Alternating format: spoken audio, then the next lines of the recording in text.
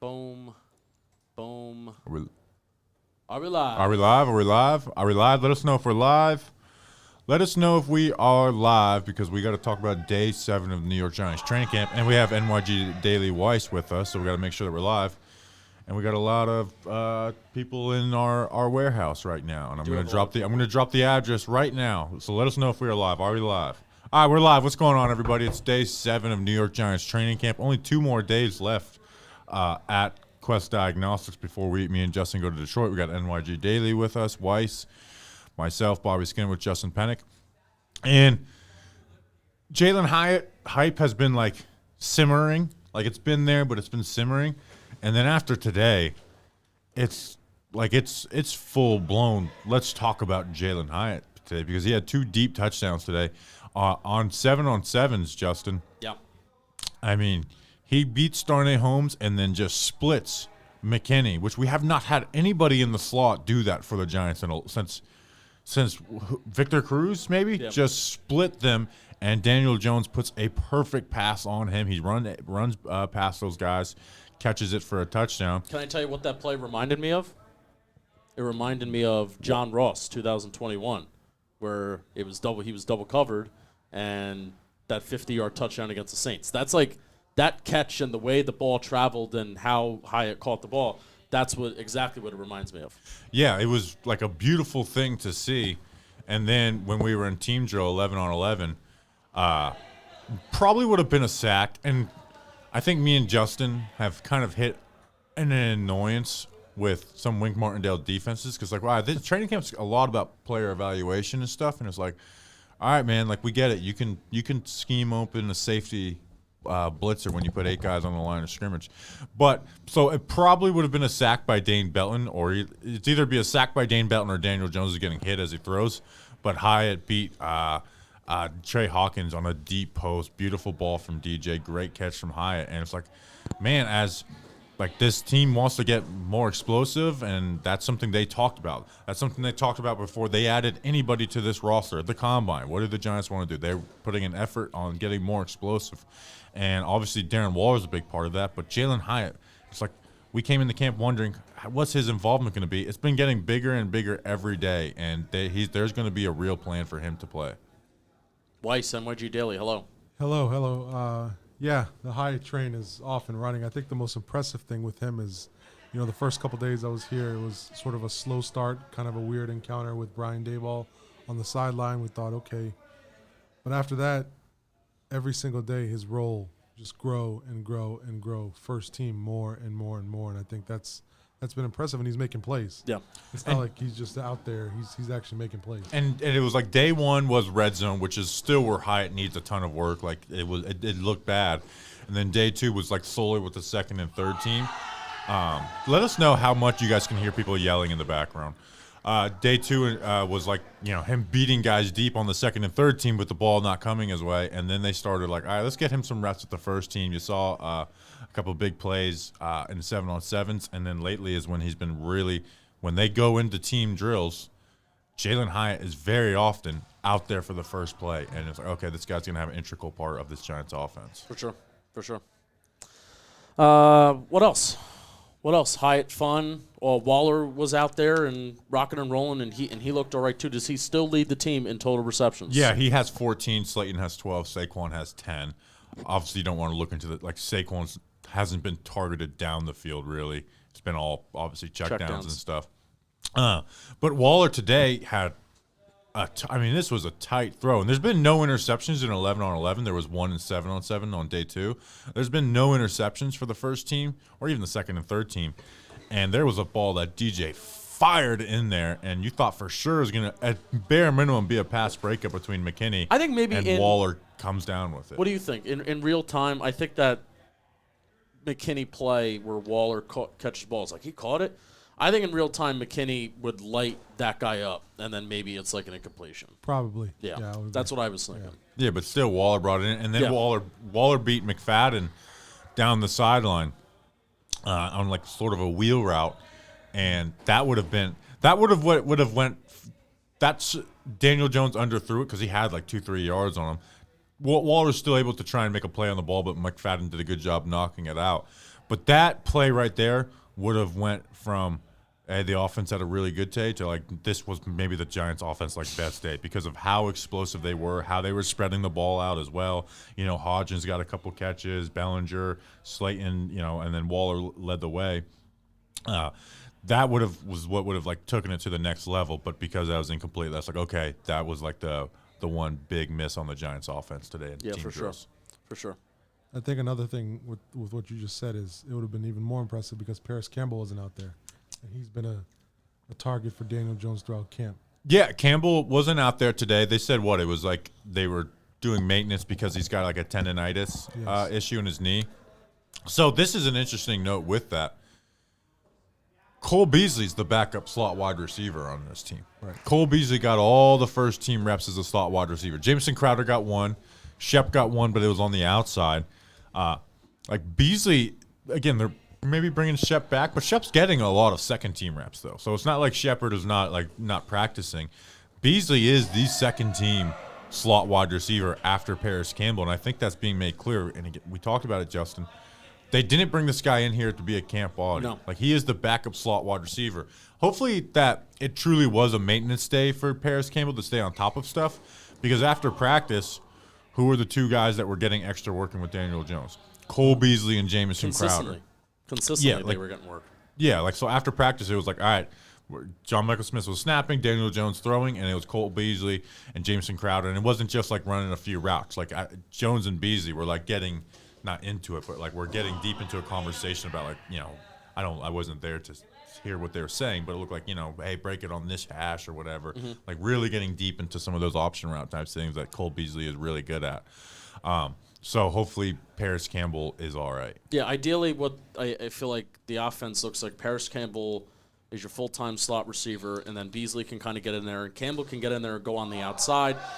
Beasley is good for short yardage situations, red zone situations, and all that kind of stuff where I feel like that's where he can spell Paris Campbell. But I do hope Paris Campbell is okay. He was on the bike towards the early part of practice. Yeah. And then he was just on the side. Yeah, he wasn't participating in any individual sweats. drills, wasn't really with the position group. Did you turn his mic up? I did. Okay. All right, let us know. Where does that leave Sterling Shepard in all this? Which has been our question for months, Weiss. Because when they brought him back, before he was brought back, it was like, does Shepard be brought back? And I was like, I don't know. I think it might be time to retire because what is his role in this team? Because you can't bet on him being healthy, and you have this plethora of other wide receivers because they didn't bank on him. And now that we've seen Cole Beasley brought him over, it's like, what is Shep's role? Where I think he truly is right now as a backup outside wide receiver. Yeah. I mean, Trey Hawkins has kind of taken care of Sterling Shepard so far this camp. Yeah, he has. And Shep's been like, even on the second team, he is working on the outside. So Shepard, who's played a ton on the outside the last 4 years, his role on this team is as an outside wide receiver. Yeah.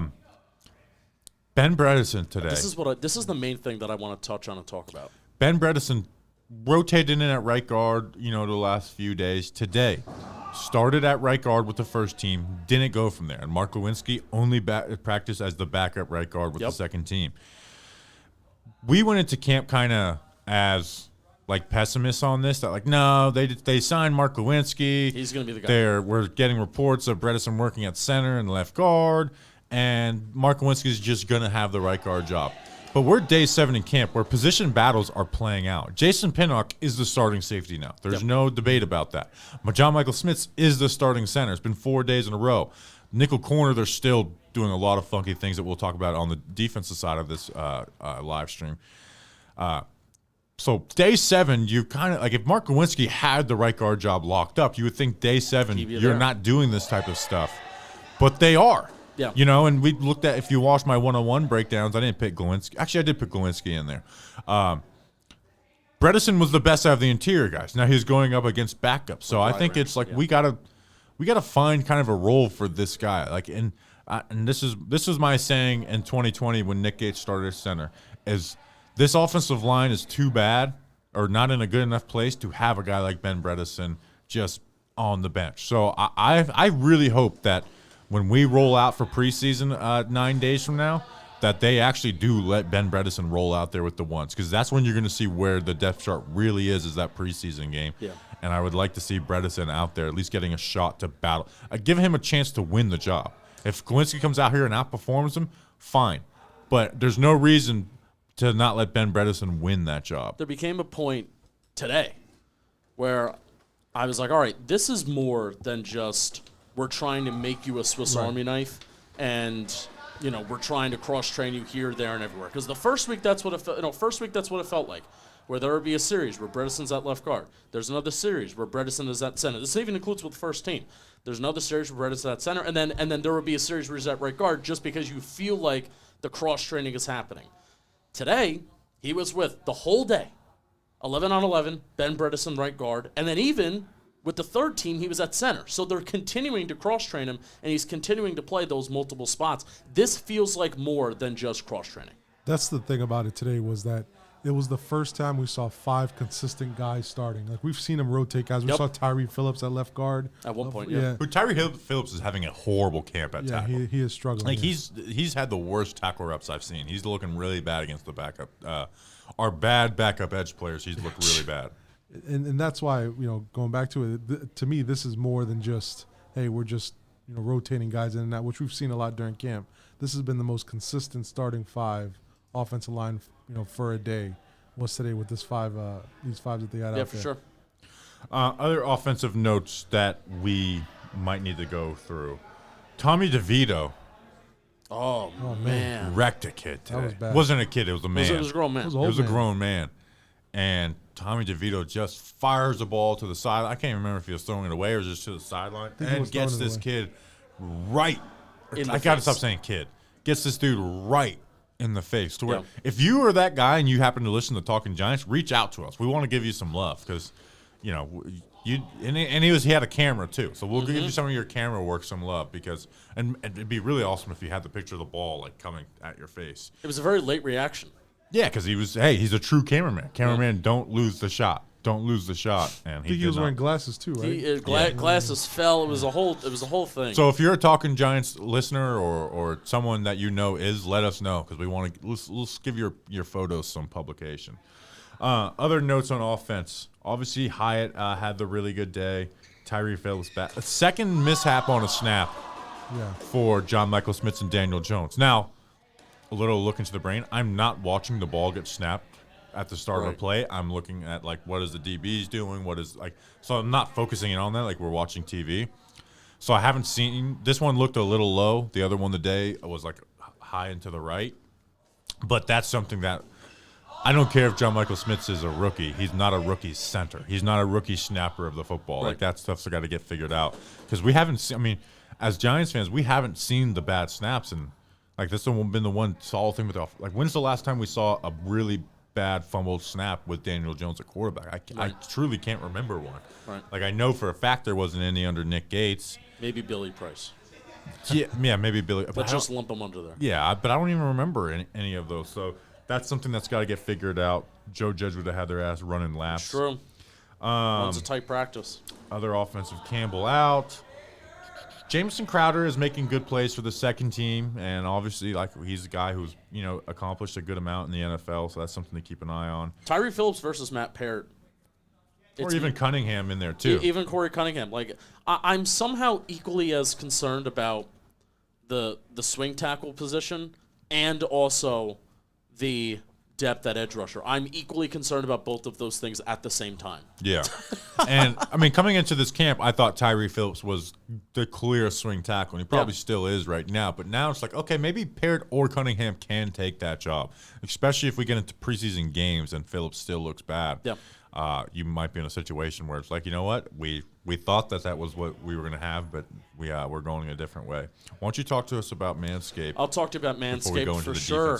They're sponsoring our PPPs. They're sponsoring our entire training camp, and what you can do is you can go to manscaped.com and use promo code GIANTS to get 20% off plus free shipping at checkout because the Platinum Package, they got you covered from head to toe. We all know about the lawnmower. I talk about the Weed Whacker ear and nose hair trimmer all the time. The Ultra Premium Body Wash 2-in-1 shampoo and conditioner plus deodorant, super ultra versatile. I even saw something the other day. Our guy Nikki Cass, we're in the JM the JM Warehouse. He's going to be. You can hear them. He's going to be around this weekend. Yeah, he was advertising even like for your face, like something to shave your face, and a buzzer, which I'm really excited to possibly get that in the mail from Manscaped.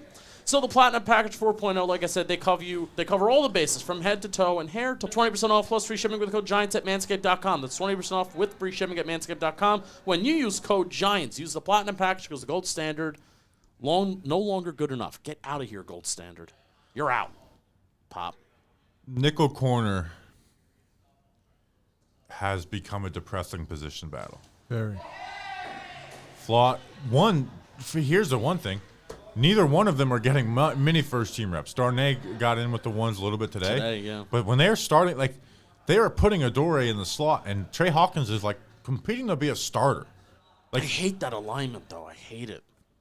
Because you're taking your number one corner, and you're taking him off most of the time. You know, you will have some teams that will put their best Week one in the is slot. 1 week where having Adore in the slot. Right, But but that's week one, you know. CeeDee Lamb, yeah. So, but you're not practicing week one's alignment right now. They're not installing that right now. So that's not my ideal lineup with the Dory in the slot, and then Banks and Hawkins on the outside, 2 rookies.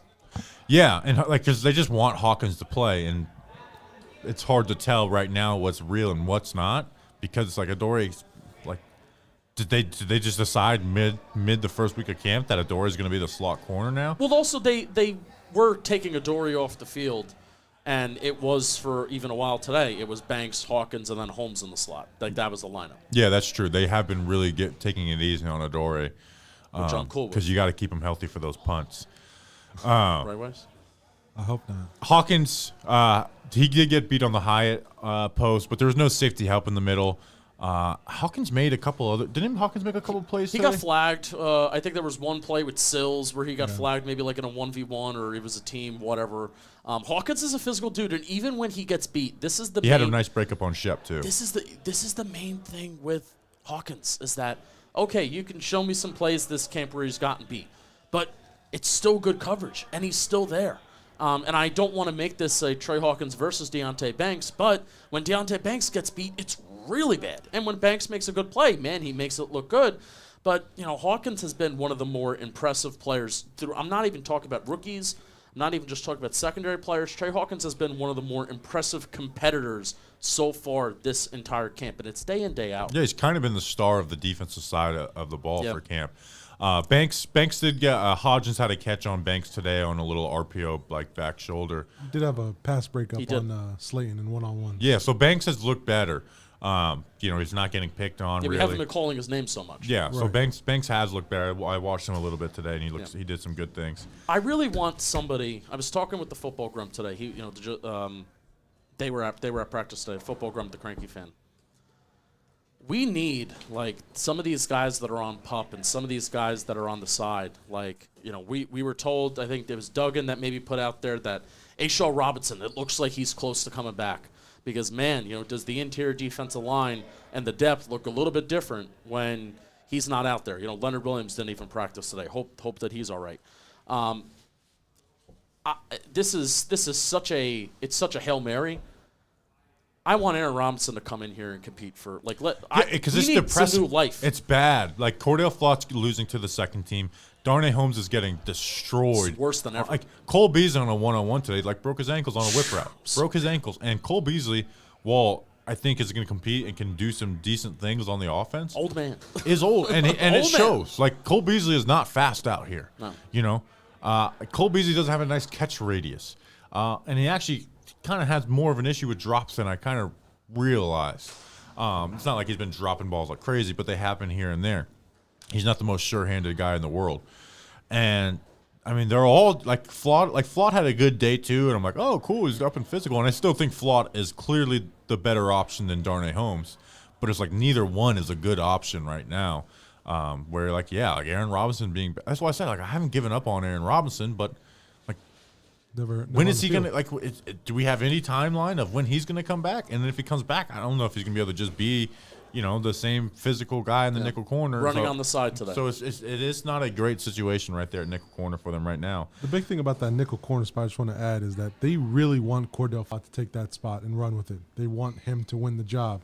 to the point where we saw Darnay running with the thirds earlier in the week, and we're like, okay, I think they want to give the spot to Flott, but he just has not been impressive at all. That is a very alarming spot for the Giants. Yeah, that can really that could take a defense big time. Big time. They did some 3 safety sets today on defense with Pinnock and Belton, so that looks like the safety spot. Fourth, Bobby McCain's kind of had a bad camp. I want Javarius Owens. I watched Javarius because on the third team, it's like, who are you going to watch? Today I locked in on Javarius Owens, and the bad thing about watching a safety is like the good plays when they're not throwing at you. So he wasn't really challenged at all. And I will say this. I want to say this, and I kind of agree with Bill Belichick a little bit. Do we got to blitz the shit out of the second and third teams? Like, the second and third teams cannot run their offense. It's annoying. Like, last year, they didn't do this to the second and third team. They only did it to the first team. Now, this year, the first team is a lot better prepared to deal with it. But the second and third teams, they can't. So Tyrod Taylor and Tommy DeVito are not able to run these offenses with safeties running free and corners running free at the quarterback.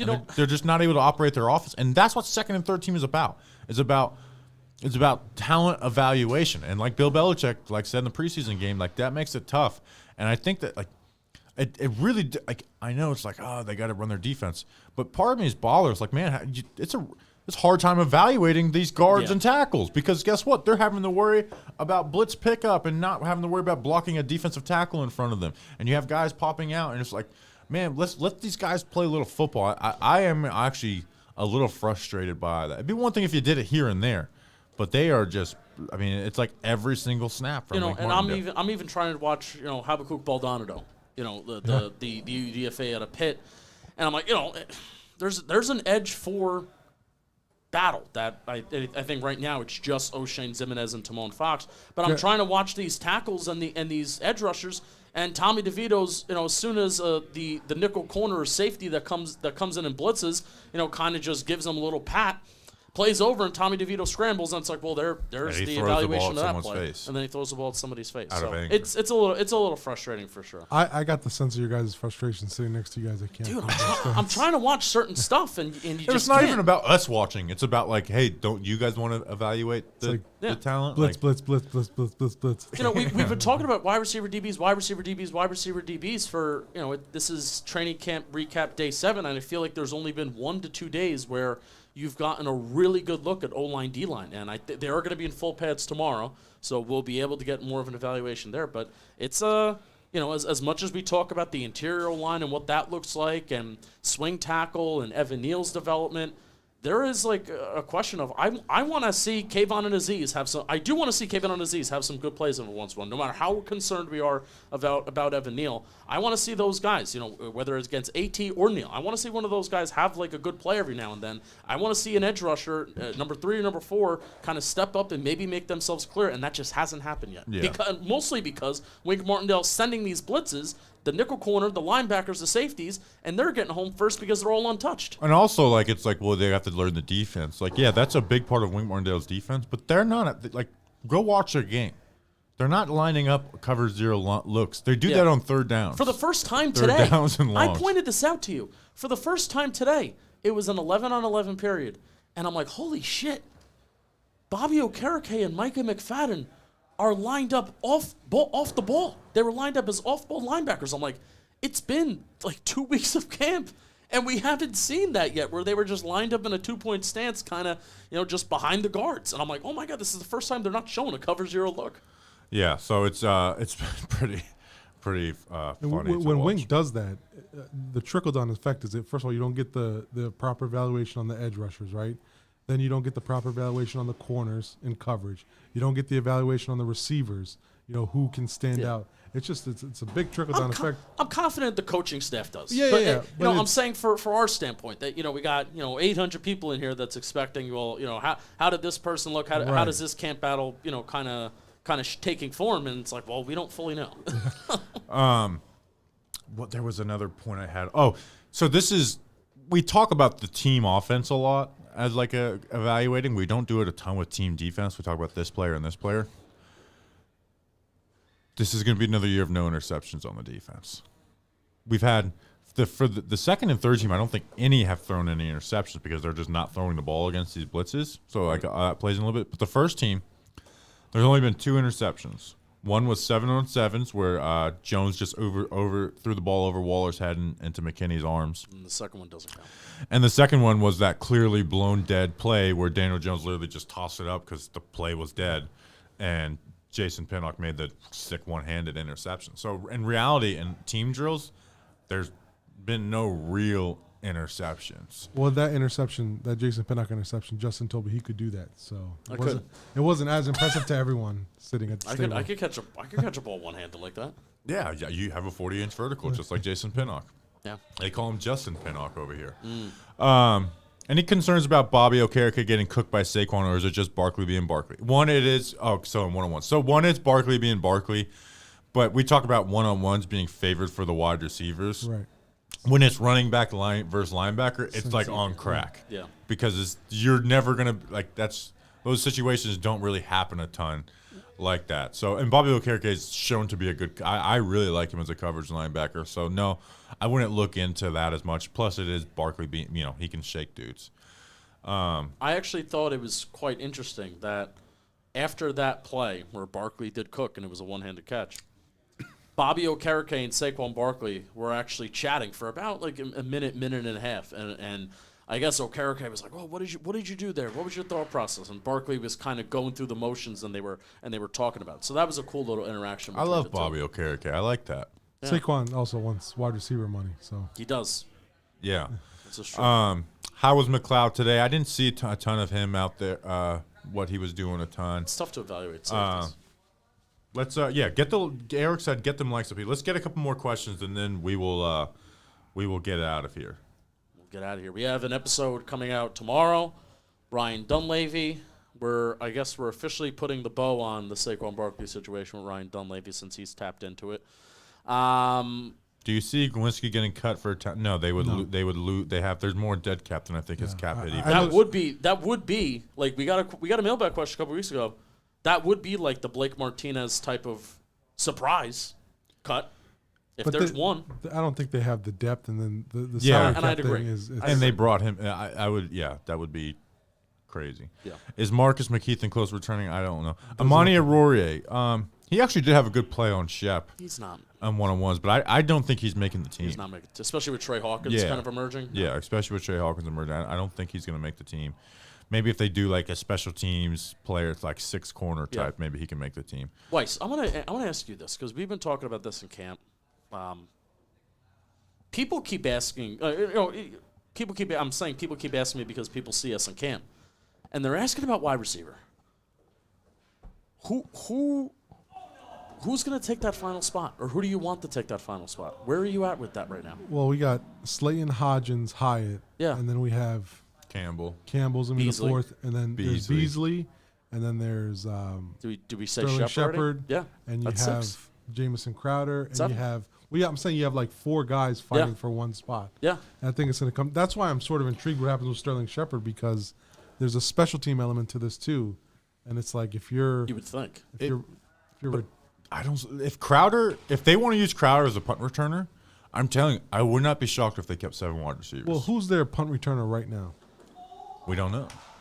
Is it Khalil Pimpleton? Could it be Eric Gray? Is it Jaden Mickens? Yeah, it's like those are guys that probably are making. So I think it would be Jamison Crowder as of now because he's got experience doing that, and he has he has experience playing slot wide receiver, a smart player. You know how much they love slot receivers. Yeah, so I would not be surprised if they kept 7 wide receivers. Yep. The Sterling Shepard thing now intrigues me. I have my antennas up because I before I was like, there's no way they would cut this guy. But and then everybody on the beat, I am going to be, this will be one of the final straws with the Giants beat, is if they cut Sterling Shepard, which I still don't think they're going to. I don't think they will either, but if they do, because you know what? It would make sense to not have him on the team. And that's simply from a standpoint. He's almost getting no first-team reps. That's the thing. Very little. Yeah. And he's not like he's limited in practice. But when he gets the run, second team, it's second team. It's like Shep's not a second-team guy. If they cut Shep, and all the beat has said throughout the spring is, everybody's saying that the Giants are going to cut Shepard is crazy. That will be it. I may go a little scorched. Well, we talked about the 4 that are locks, right? Yeah. That last spot or last 2 spots, there's about four guys fighting for it, and it's like special teams plays a role, and But I do think they would keep 3 wide receivers before they cut Shep. Or, sorry, keep 7 wide receivers before they cut Shep. Maybe. Because it's Shep. Like, it's I know, I agree. But it's an intriguing thing now. Anything else before we go? Let's see if I Questions? got through my notes. Flott struggling. Talked about that. Hyatt having a really good day. We talked about that on the top. Hyatt having a really cool day was awesome, and if that's what his role is going to be this year, which is exactly what we wanted his role to be, kind of go down the field and stretch it. And I think he's having a better camp than I thought. And it's not that he is going out there running routes and he's looking great. 1v1s he's cutting pretty well, but he's kind of having the camp that he's having is the role that we expect him to have this year, but it's even better than I kind of imagined, because Daniel Jones so far this camp with a few different guys has kind of taken the mentality of, I'm just going to throw this ball up and see if he can come down with it. And man, that throw into kind of double coverage today felt very much like, let's see if he can come down with this, man. And he did. Up the seam from the slot position, and Hyatt's been mostly on the outside, but it's like, so we all saw that. Like, we all saw Hyatt had burnt them. Yeah. And we were kind of All like, of them. throw it, because we haven't seen them throw the slot seam. Yeah. And he threw it, and then, I mean, it was literally like a game atmosphere where we were all like, Yeah. like, it was the most exciting moment of camp, because it's like, oh, he burnt him. Will he throw it? He throws it, and then it was just a beautiful throw and catch. I took off my glasses in disbelief. To me, that was. And even it being a 7-on-7, you know me, I don't like to put too much weight on 7-on-7. That was the most exciting play of the camp for me. It's the speed for me with Hyatt, man. So would you change your over under 400 yards for him? Because I'm trying not to overreact to camp, and it's every year everyone gets mad at us for some of the unders we take, and it's always the overs that. I think I would. Because so this is where I think it's different than like a Wandale type rookie. When he gets plays, they're going to be like 50, 60 yards. That's what I was about to say. And he may have one game where. I think I would change mine to the over on Hyatt too. And I hate being the fan who sees some camp and goes, let's go to the over. But I would change it to the over. He catches a 50-yard pass. That's 12.5% of the way there to 400 yards. What's 400 divided by 17? That's 23 and a half. So you need 24 yards per game to do that. What's his over-under on touchdowns? We just make up our own over-under. We calculate it. If I were to give you 3.5, would you take the over on it? I would go under, just because touchdowns are so volatile. But I mean, he's clearly going to be involved more in the offense than we initially thought at the start of camp. And his role is exactly what we thought it was going to be, except he is just excelling in that role. It's not like he's coming out here and he's running routes and he's breaking ankles like Cole Beasley. He's just burning everyone. And it's everyone. Every day he has one of those plays. Yeah. Every single day he has one of those plays. That's the most interesting part of it. How he's ascending every single day in practice, and sort of seeing it right in front of our eyes. And offense becomes easier. I mean, that's been like the phrase that I kind of picked up last week, with Jones kind of, we haven't seen that from Jones. Like Jones throwing to guys that aren't necessarily open, but then because of their talent, because of their speed, because of Waller's frame, they become open. And that's been a critique of Daniel Jones, is that, he's kind of had guys in the past, and Kenny Golladay has been the biggest example of this, but that may just tell you how sad the Giants wide receivers have been if Kenny Golladay is the biggest example of this, because you saw how bad he was. Now, at least not in 2022 it was bad. But, it's been a critique of Jones that, dude, give your guys a shot to maybe go make a play. And he hasn't, and that's been a critique of Jones, but he's done that this camp.